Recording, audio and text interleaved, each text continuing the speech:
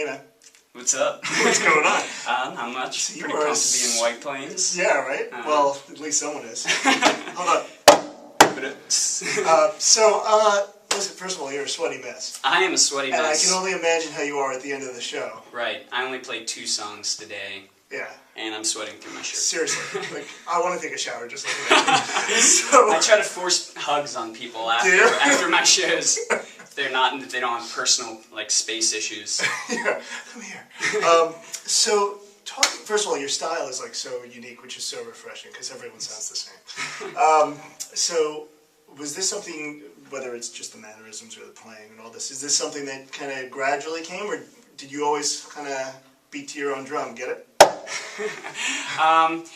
I've always beat to my own drum, but the style that I have now kind of came not exactly gradually or just overnight. It was I was really into punk rock whenever I was younger, and pop punk because I was really big whenever I was growing up, Blink-182, yeah, and so I love that stuff, and I had the Ernie Ball skinny top heavy bottoms and my guitar way down low and all downstrokes, and then I kind of grew out of that a little bit. I still love punk, and there's still a little bit of that kind of edginess in some of my songs, but I just was really drawn back to some of the stuff that I heard growing up. My mom and dad always listened to classic rock. Dad is a huge John Prine fan, so got really into that kind of stuff. And one day I just decided, I was actually watching Mountain Stage, and Serena Ryder, she's a Canadian artist. Okay. She was on, and she was without her backing band, and was just going crazy, dancing, throwing her hair all over and stomping. And I had been playing sitting down up until that point, and I was just inspired. I had to do that, and so that's she was my inspiration for getting up and being more energetic and stomping. So. Yeah, and you make up for the fact that you don't have a backing band. I try to. Yeah. So talk to me about those 2 songs that you just played for me. What is the songwriting process for you? Tell me a little bit about the song, not too much, obviously, because we'll leave a little bit up for interpretation. But tell me, are you up late at night and then all of a sudden you get an idea, or you're sleeping and you're like, shit, and then you just write it down? Or Absolutely. For me, it's kind of either if I try to write a song in the daytime, it normally doesn't work. It's as night falls or just as I get into bed, and I have to run back out and write a note on my phone or something like that.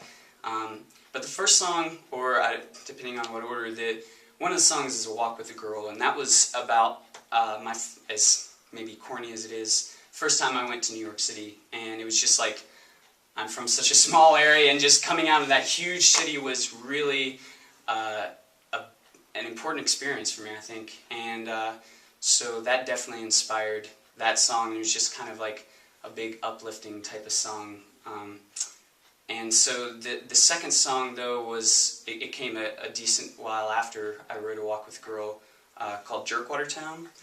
And that song, it's so back in the day, there used to be steam engines that would run down the side of the border between West Virginia and Ohio, where I live, and there would be a litter of small towns along the way that were called jerkwater towns, because the steam engine wouldn't actually stop in the town; it would just slow down, and they would hold down this big hook and jerk a pail of water up and cool down the steam engine, and then give it back and keep going. And so that was the inspiration for that song. I would just, what's the population for the town you grew up in? The town itself, St. Mary's, has 2,000-ish, and the county as a whole is about 3, I think. I graduated with 95 kids. Wow. Pretty small area. And obviously that plays into your songwriting, right?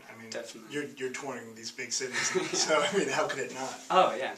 I would think there's a lot of reflection, oh my God, I came from this small little town, and now I'm playing, New York City, and now I'm playing Philadelphia, and I'm playing, wherever you play. Yeah, wherever Chicago, whatever.